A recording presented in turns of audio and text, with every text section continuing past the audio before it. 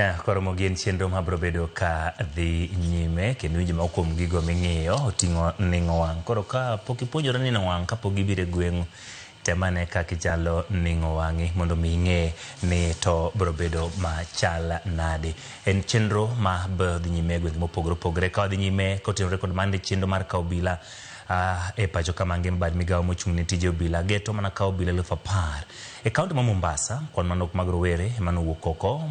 Moko kuom Rowere ne ok oyienegi donjo e kepo kaluwore ni gideko kinde mane oketi. Simon Ndiwa, pisa mochung' ne chenrono, ojiwo Rowere mondo obed kod ikruok machon e kinde ma ikepo mondo kik geng'negi oko.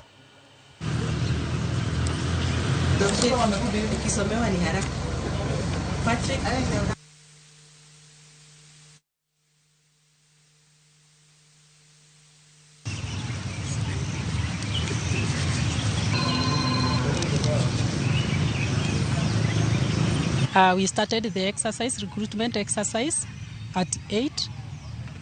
The turnout was medium. It was not very high, nor very low. We have started with the document verification, the process that is required. And as you can see now, they are going on, they are running so that we can continue with the exercise. The exercise is still going on and running on smoothly. And we are expecting at the end of it all, we will get the successful candidate. After here, we are going again to do the verification of documents.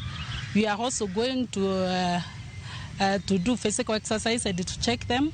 From there, we go for medication. After that, we are going to complete the exercise.